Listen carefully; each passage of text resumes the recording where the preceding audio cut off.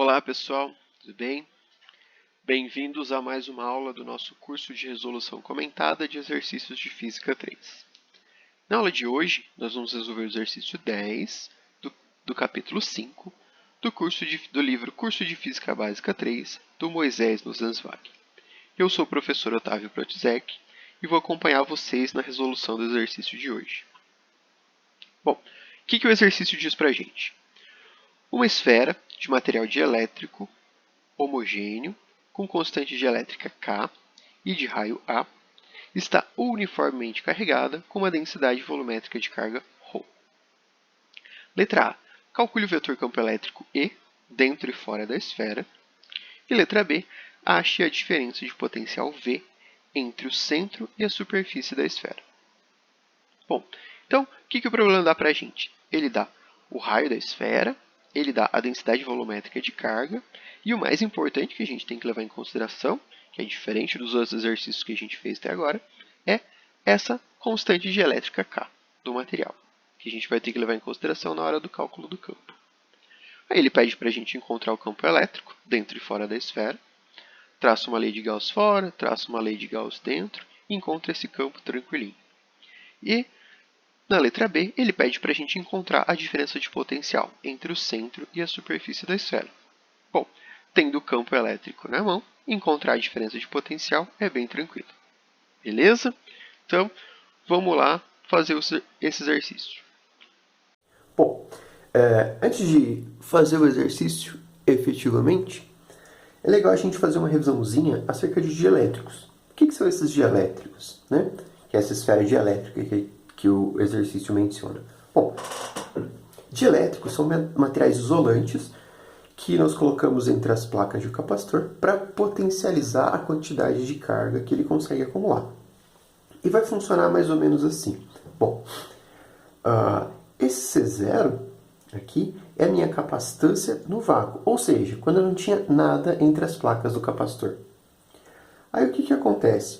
Se eu coloquei um material dielétrico entre as placas desse capacitor, eu multipliquei essa minha capacitância inicial do vácuo vezes um fator K. E eu tenho uma nova capacitância. Beleza? Bom, o que é esse K, essa constante dielétrica? Ela é uma constante que depende de cada material. Né? Então, cada material vai ter a sua. No vácuo, por exemplo, esse K é igual a 1. Então, se eu tivesse no vácuo, essa equação ainda seria válida. Eu teria o meu C final igual ao C inicial, né? Porque eu estaria multiplicando por 1. Aí, isso varia conforme cada material. Por exemplo, o vidro varia entre 4 e 10, esse valor para cá. Ou seja, quando eu estou colocando um material dielétrico entre as placas do meu capacitor, eu estou aumentando a capacitância e, consequentemente, a quantidade de carga que ele consegue acumular. Beleza? Bom, então, ó, como eu falei, a quantidade de carga ela está relacionada com a capacitância. Então, se eu tenho aqui quantidade de carga, no primeiro momento, um capacitor com K igual a 1, ou seja, no vácuo, vezes uma diferença de potencial. Aí eu consigo escrever essa capacitância em termos da área e da distância entre as placas, constante ε0, né, para o vácuo. Aí o que acontece? Se no segundo momento eu coloco o capacitor entre as placas, o dielétrico entre as placas desse capacitor, o que acontece? Esse C, ó, C0 virou C. Ou seja, eu estou multiplicando tudo isso por um fator K.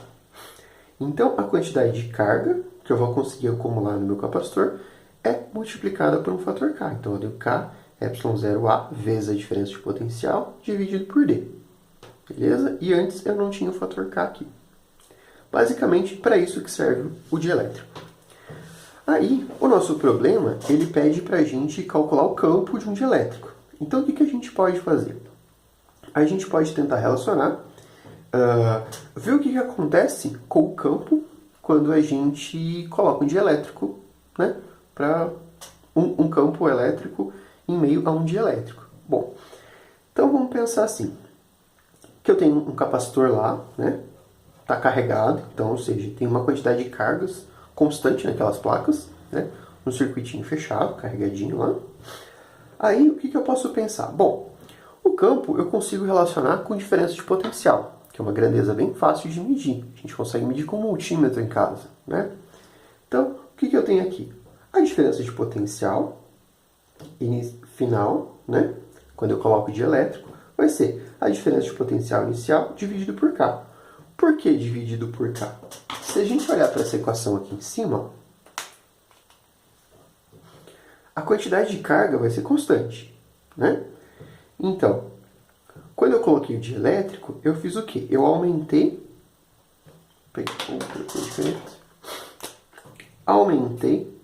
a capacitância. Se eu aumentei isso daqui, e isso daqui é constante, alguma coisa tem que diminuir. Se eu aumentei a capacitância por um fator K, a diferença de potencial também tem que diminuir por um fator K. Ou seja, quando eu coloco um dielétrico, a minha diferença de potencial cai com 1 sobre K. Beleza? Ó, antes de colocar o dielétrico, que eu tinha aqui, ó, vamos chamar esse de V0 aqui, né? Antes de colocar o dielétrico, depois que eu coloco o dielétrico, eu tenho uma nova diferença de potencial, que é a diferença de potencial inicial dividido por K. Aí o que a gente sabe?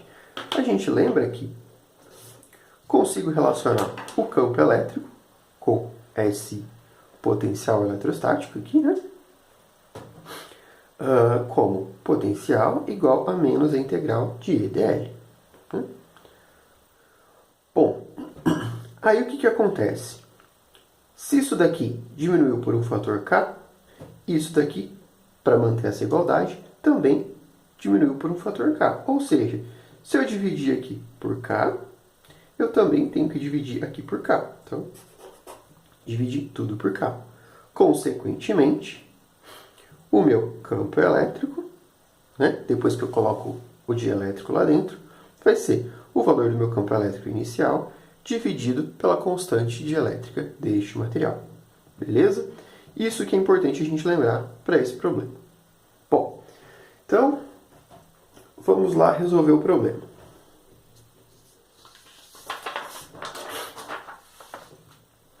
O problema diz o seguinte, ó. Eu tenho uma esfera, né, de raio A, e essa esfera de raio A, ela tem uma constante dielétrica K e uma densidade volumétrica de carga ρ. Bom, o problema pede para a gente calcular o campo devido a essa quantidade de carga nessa esfera, dentro da esfera e fora da esfera. Vamos começar calculando o campo para fora da esfera, né? Então, eu vou fazer o seguinte, ó. Vou tomar uma superfície gaussiana aqui, ó, essa daqui, né? Aqui está a minha esfera, aqui está a minha superfície gaussiana.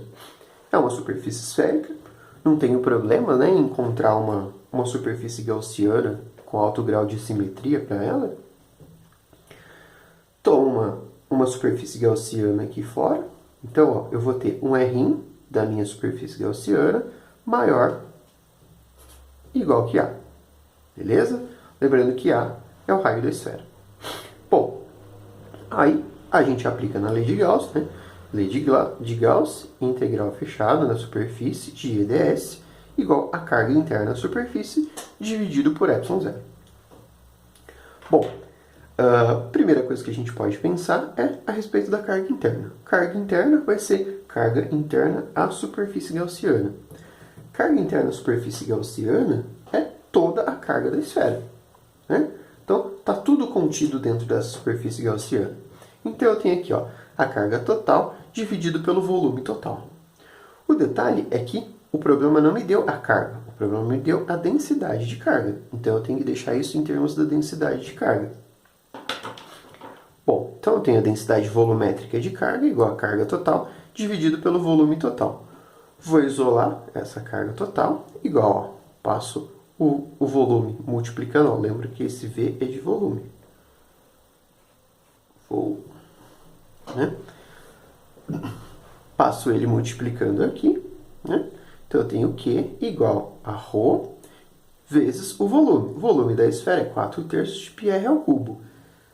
Como eu quero a carga total, eu vou usar o R como sendo A, que é o raio da esfera. Aí eu consigo substituir esses valores nessa equaçãozinha aqui. Beleza? Bom, agora, outra coisa que a gente tem que pensar é nesse ds. Quando eu escolho uma superfície gaussiana, eu já escolho de propósito uma que eu consiga calcular a área, né? Nesse caso é numa esfera, então essa integral de ds aqui é 4πr², que é a área superficial de uma esfera. No caso, a esfera da nossa superfície gaussiana. Então eu fico com E vezes 4πr² igual a ρ dividido por 4/3 de πa ao cubo dividido por ε0. Notem que o ds ele estava na direção de R, eu passei para cá, como é versor, né? Eu posso inverter aqui, não faz diferença, eu estou multiplicando ou dividindo por 1. Então eu vou ter um E na direção radial. Agora eu posso começar a simplificar. Tenho 4 aqui, um π aqui e um π aqui. Corto esse com esse com esse e esse com esse. O que vai me sobrar aqui? Vai sobrar um E vezes um R². E aqui vai sobrar ρ sobre 3ε0 vezes A² na direção de R. Então, eu isolo o campo elétrico. E eu tenho aqui E igual a ρ vezes A ao cubo, né? Então, na direção de R, dividido por 3ε0R². Notem que nós, nesse primeiro cálculo do campo, nós tomamos o quê? O campo fora da esfera, beleza? No campo fora da esfera, não vai fazer diferença se ela for um material dielétrico, se ela for um material condutor. Esse campo vai ser igual se eu tivesse toda a carga concentrada aqui na origem. Então, para fora da esfera, eu não preciso considerar aquele fator K. Beleza? Bom, então, resolvemos a primeira parte da letra A do exercício. Na letra A ainda, ele pede para a gente encontrar o campo para fora da esfera. Então, eu vou tomar uma superfície gaussiana, né? Para dentro da esfera. Eu vou tomar uma superfície gaussiana dentro da esfera. Então, o que eu tenho aqui? Eu tenho a esfera de raio A e tenho aqui a minha superfície gaussiana, que eu devia ter pontilhado antes. Bom,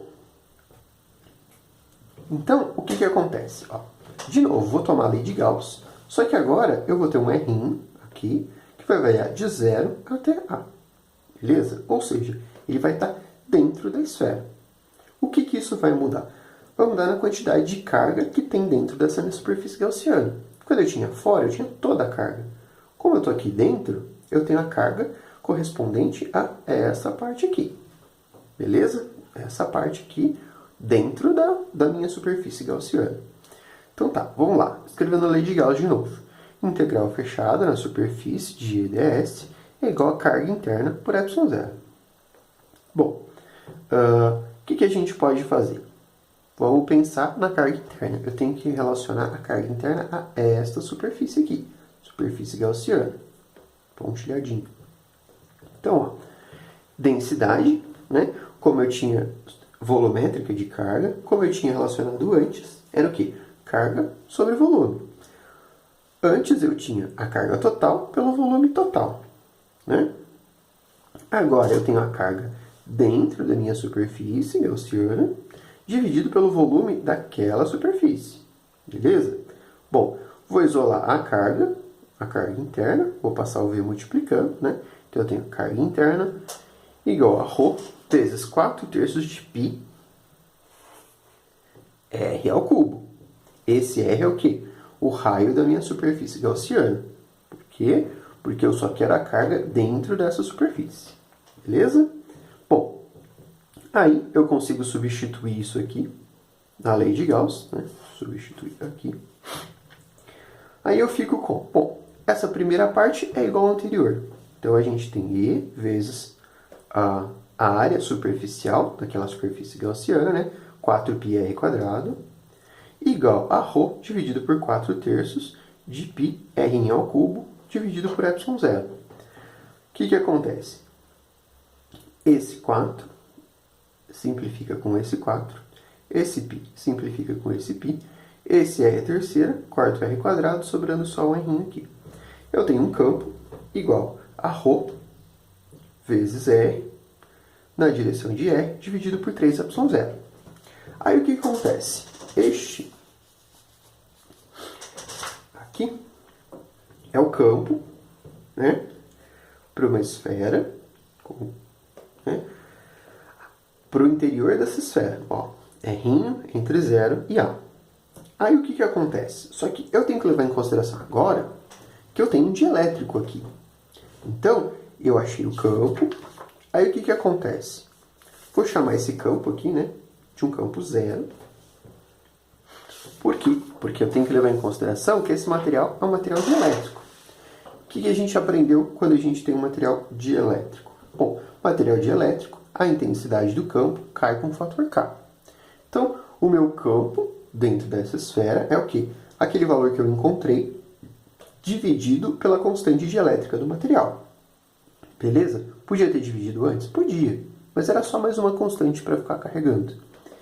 Então, para resumir, respondendo a questão do problema, é que o campo elétrico é ρr na direção de R dividido por 3ε0 e dividido por K também, que é a constante dielétrica. Então, respondemos a letra A do problema. Encontramos o campo dentro e o campo fora da esfera. Bom, na letra B, ele pede para encontrar a diferença de potencial entre o centro e a superfície da esfera. Bom, aí é tranquilo. A gente já encontrou o campo e sabe que a diferença de potencial é igual V igual a menos a integral nos limites que a gente quer de E dl. Ele pediu para encontrar entre o centro e a casca da esfera, o A. A diferença de potencial vai me dar... vou substituir os valores de campo aqui, do campo elétrico. Então, V é igual a menos a integral de 0 a A de ρr na direção de R vezes o dl da integral dividido por K vezes 3ε0. Lembrando que esse R dl, né, quando eu faço essa multiplicação, ele me dá um dr. Então, vou colocar tudo que é constante para fora, ou seja, esse ρ, esse K, esse 3ε0, ρ, K, 3ε0, e eu vou ficar com uma integral de R dr de 0 a A. Fazendo essa integralzinha aqui, eu tenho r² sobre 2, né, as constantes para fora, lógico, r² sobre 2, aplicado nos limites de 0 até A. Então, final menos inicial. Quando eu substituir A aqui, eu vou ficar com A² sobre 2. Esse 2 eu consigo multiplicar aqui para fora com 3. Então, eu vou ficar com menos ρ vezes A², K vezes 6. São 6, tá, pessoal? ε0. Quando eu substituir a outra parte do limite, vai ser 0, né? R² vai virar 0², que multiplica tudo por 0. Ou seja, o potencial... diferença de potencial é igual a menos ρA² dividido por K vezes 6ε0. Beleza? Bom, então é isso, pessoal. Um abraço, até mais.